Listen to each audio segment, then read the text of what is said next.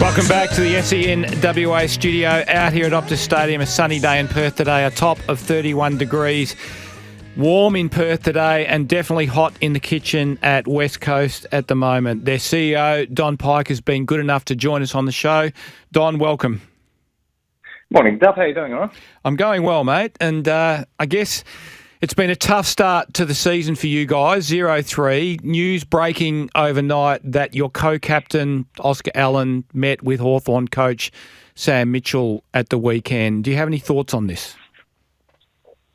Look, it's obviously news to us that may have occurred, but I think we're working in the world now that's changed from times gone past, where I don't think it's unusual for clubs to meet with players, and if that is the case, well, clearly we'll keep talking with Oscar about his position at the club, and we'd love to obviously keep him here, and we're working towards that with him and his management. So, but yeah, that sort of came to bear overnight, I guess, and we'll work through that as we do with everything. So, are you able to give us any indication as to where your talks with Oscar are at the moment? Are you confident or optimistic or just hopeful that he will be at the club next year?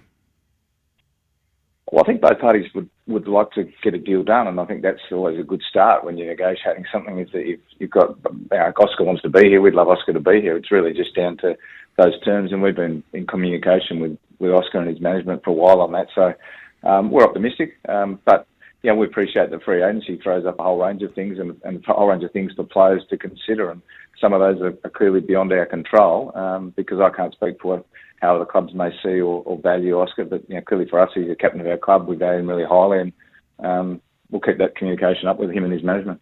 The fact that he's the captain of the club or the co-captain of the club, does that change this at all? Is there any responsibility, you think, on Oscar to make the club more informed of what his movements are and what his options are? And also, is there a responsibility on Oscar to talk to the players? Has Oscar kept the other players briefed on what his thoughts are as he goes through these contract talks? I don't know, and I guess it's I'll probably leave it for others to opinionate on their views on whether, from a captaincy viewpoint, there's a higher burden of responsibility. Look, as I said, we value Oscar really highly, and would love him to be part of the club going forward. But we've got the negotiations to work through, and we're doing that at the moment. So but I'm not going to form a view on whether his commitment as a captain is different or whether he's communicating with the players in the locker room around his situation. And this is what free agency throws up. There's the opportunity for players to explore what's in the market, and potentially that's what Oscar's doing. So, given that he is the co-captain, Pyke, you're at the really tough point in a rebuild. You've got a first-year coach. You've got a lot of young players, including a player like Harley Reid, who's been subjected to a lot of attention in his 18 months. Is Oscar's position as captain tenable? Is that a question you need to ask yourself and he needs to ask himself at this stage? I don't think so. I think what we've got, and I think Andrew touched on this last night, is we've got games of footy to play and try and win, and we've got to improve. And I think the reality from our first three games is we've shown some signs that certainly against Brisbane and even at times on the weekend against Fremantle, when we're playing the style that Andrew's trying to embed in the team, we're more than competitive, more than capable of taking it up to other teams. But we just need to do that consistently and for longer. And we need our senior and our better players to play consistently and strong across the four quarters and from game to game. And at the moment, we sort of struggled a bit with that inconsistency. So we're probably looking at more from right now. How can we help Oscar, play better on a week-to-week basis? I was going to ask you about his form. Is that a worry? And Andrew seemed open to the idea that some roles might change in the weeks ahead, not just for Oscar, but also for Harley Reid, to get him more involved in the game. Do you think, obviously, you've got your CEO's hat on at the moment, so it's a little bit of a delicate area for you to venture into, but you have been a coach. Do you think it's a realistic option for Oscar to play somewhere else in the coming weeks to try and get him involved?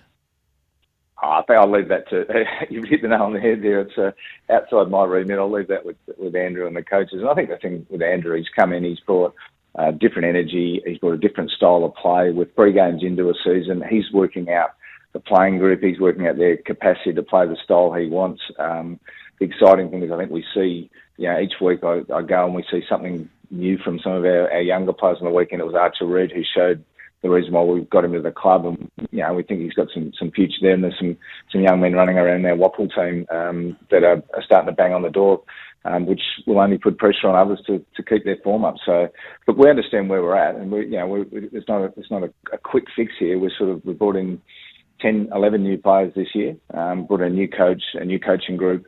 That's all coming together, and importantly, we need to just improve across the board. And if we do that, I'm really confident in the people we've got downstairs in our footy department to start to turn this around. But it's not going to happen because we talk about it.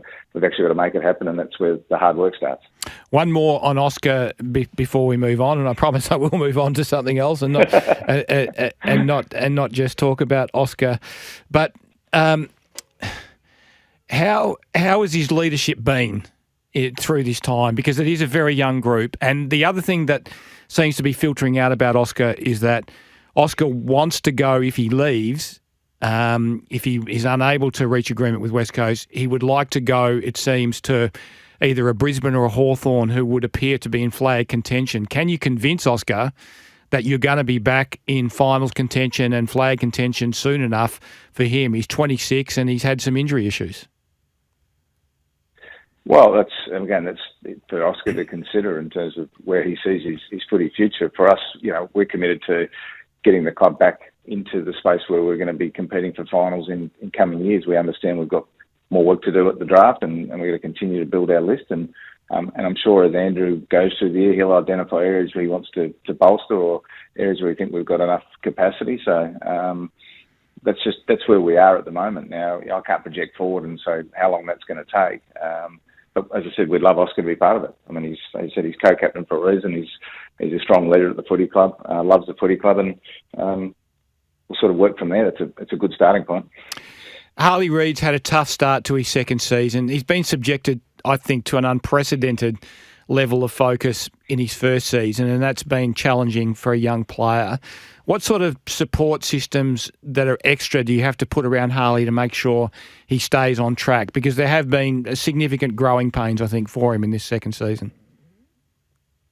Yeah, it's always difficult because you get a player who gets the level of attention and focus that Harley's had in his first year. And I think everyone, when we drafted Harley at the end of the previous year, it was like, okay, this supposed generational type player was coming on board, and then he sort of did what he did early in the season, and that sort of validated that, and there was a significant focus on him. It's unprecedented for a first year player to get probably the level of scrutiny that he got. Now, coming into his second year, we all know it sort of gets harder in the second year because there's and people know who you are, they know what you're about, they understand how you play.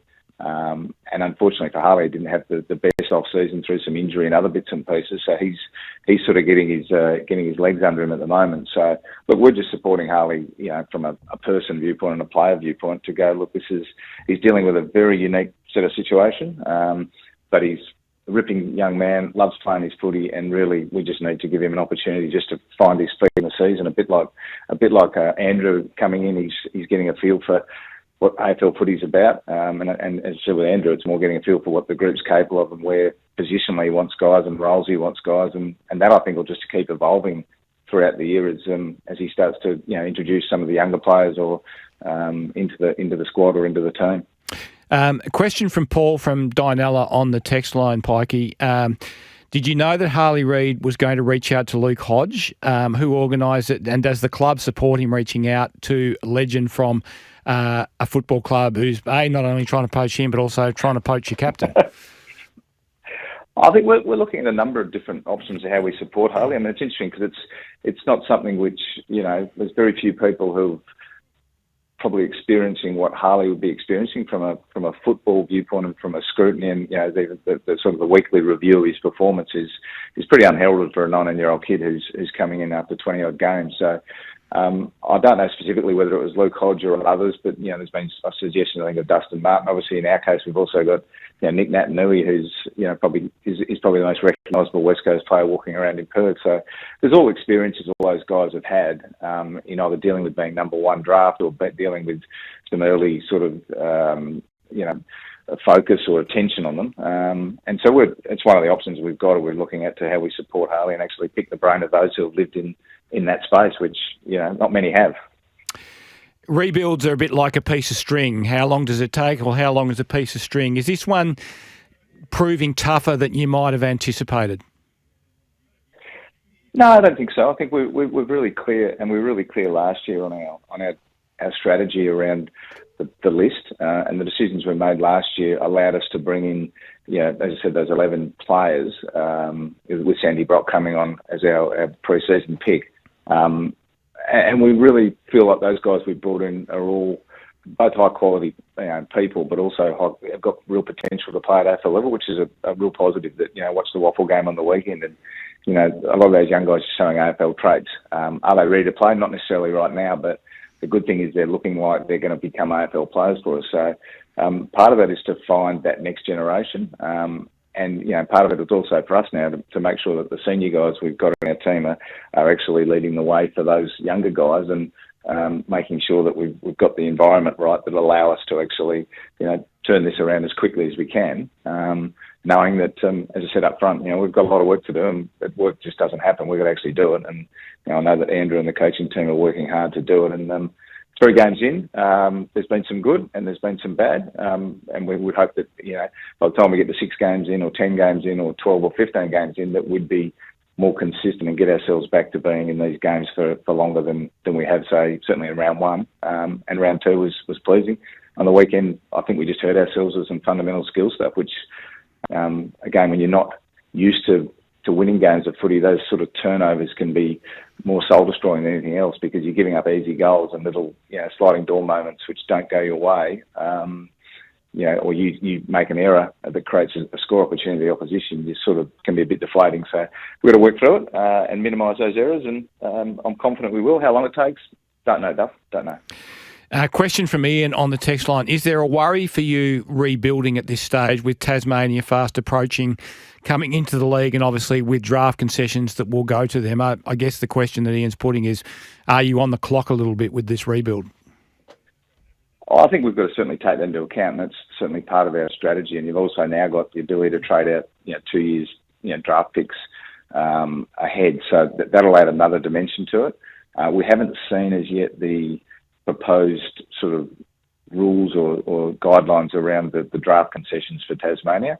So at the moment, it's a bit hard to really say what the impact will be, especially for clubs who may be in the pointy end of the draft. And we're sort of working very firmly on our strategy around the next piece and what it's going to look like, and not on a 12-month period, on a 2-year, 3-year period, really trying to project out. So certainly we're taking into consideration, because we can't be asleep at the wheel in terms of what it looks like with Tassie coming in. But certainly at the moment we've got other things straight ahead of us, which are probably a slightly higher priority, but we're aware of it. A question from PJ. Teams such as Gold Coast seem to be having a big leg up every year with academy selections and those sorts of things. What is being done to make sure West Coast can get access to the same sort of talent? Are there any promising NGA or father sons coming through the system at the West Coast Eagles? Okay, so we're aware, and in fact, we've at least got the right to match now with our NGA lads, which is fantastic, which we didn't have a couple of years ago. And I think the academy side of things is one thing they are considering. Obviously, both Brisbane, Gold Coast, and the Sydney teams have benefited from that. We do have some young guys coming up this year. We've obviously got Drew Banfield's young fella coming in this year, will be a father-son potentially, and we've got a couple of NGAs that we're quite excited by. So that's a real positive for us, and we'd love to be able to grab a few free kicks along the way to help in the rebuild. Just, it's more a comment and observation about the text we're coming through on Oscar Pyke. There's a number of people who think that he should be stripped of the captaincy. Are you able to explain to me why that shouldn't happen?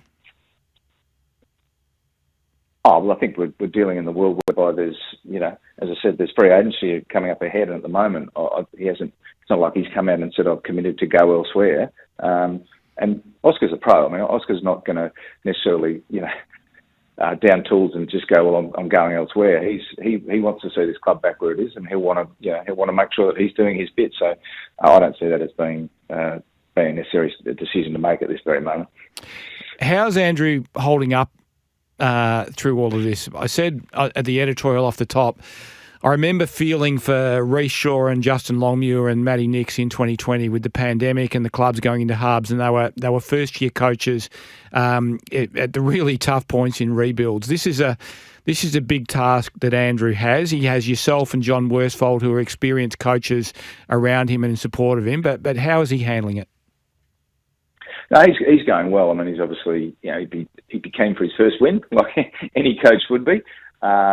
But he's handling it really well. He understands where we're at, where the list's at. It's at each week he learns something new about the playing group, and that's only going to help him going forward. And he's clearly, we brought him in for a reason. We understand sort of the magnitude of the task we've got ahead of us. But he's got the full support of everyone here around how does he go about doing it. And he's not that sort of guy that's he's dragging in here going, oh, this is a bit harder than I thought it was going to be. He knew what he was in for, and he's looking forward to the challenge of getting us back where we want to be. One more from Jason. Given the handouts to North Melbourne, will West Coast finally request priority picks from the AFL? We'll weigh that up as we go. We'll see how the year pans out. There's obviously North have got a history of doing it. I think there's some rules and regs around timing for that. I mean, I think, like we played in the finals in 2020, I think. So, we'll be 5 years if we don't, turn it around and start winning more games. It might be 5 years out of finals. I don't know exactly where that lies, but we'll have those conversations later in the year, if appropriate. Oh, one more. Is there any update on Jeremy McGovern? Obviously, with the groin tweak at the weekend, looked like he might have really done something significant. I haven't got an update, unfortunately, Duff. I understand he was having some scans yesterday with a view that they'd be reviewed this morning, so I suspect we'll get something out today on where Gov was at.